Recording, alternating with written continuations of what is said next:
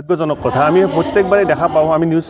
সংবাদ মাধ্যমৰ জৰিয়তে গম পাওঁ বা আমাৰ ছাত্ৰ সন্থাৰ বিষয়ববীয়াসকলেও কেতিয়াবা এনেকুৱা ধৰণৰ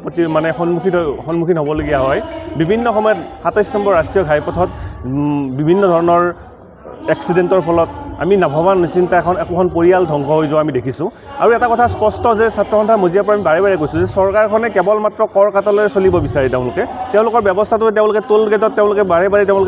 ৰাইজক মাথা মাৰি দি টোল টেক্স তেওঁলোকে সংগ্ৰহ কৰে টোল টেক্সবিলাক তেওঁ বঢ়ায় কিন্তু যিটো ২৭ নম্বৰ ৰাষ্ট্ৰীয় ঘাইপথ তেওঁলোকে টোল টেক্স লয় কিয় হাইৱে অথৰিটি তেওঁলোকৰ কাম আছিলে তেওঁলোকে কাম কৰিব লাগে তেওঁলোকে তালি মাৰা ব্যৱস্থাটোৰ জৰিয়তে একাংশ তেওঁলোকে কি হৈছে বাইক আৰোহীয়ে হওক বা বিভিন্ন ক্ষেত্ৰত আমি দেখিছোঁ যে একোখন আকৌ এবাৰ কৈছোঁ যে একোখন পৰিয়াল ধ্বংস হৈ যোৱা দেখিছোঁ ক'ত তেওঁলোকে এক্সিডেণ্টৰ ফলত পৰিয়ালটো সম্পূৰ্ণ বিশেষ হৈ যায় যাৰ ফলত এনেকুৱা ধৰণৰ ব্যৱস্থা হৈছে আমি অতি শীঘ্ৰেই হাইৱে অথৰিটিক দাবী জনাইছোঁ চৰকাৰখনক দাবী জনাইছোঁ আচলতে এটা কথা ক'বলৈ আমি এতিয়া ক'বলৈ আৰম্ভ কৰিছোঁ আচলতে চৰকাৰখন কেৱল মাত্ৰ কৰ কাটলেৰে চৰকাৰ জনসাধাৰণক পৰিত্ৰাণ দিয়াৰ কোনো ব্যৱস্থা নাই টোল টেক্সৰ আমি আৰম্ভণিৰ পৰা বিৰোধিতা কৰিছিলোঁ যে টোল যিবিলাক আমাৰ টোল গেটসমূহ আছে টোল গেটসমূহ বাৰে বাৰে তেওঁলোকে টোল গেটৰ সংগ্ৰহ তেওঁলোকে পইচা তেওঁলোকে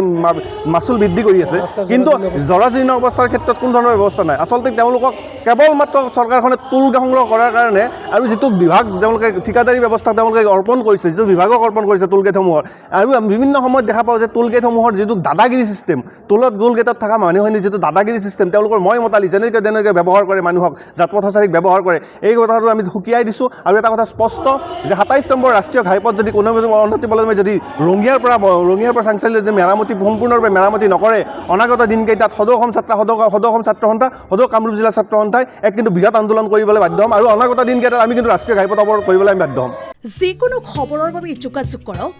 9181 307 221 আমাৰ এই নম্বৰত।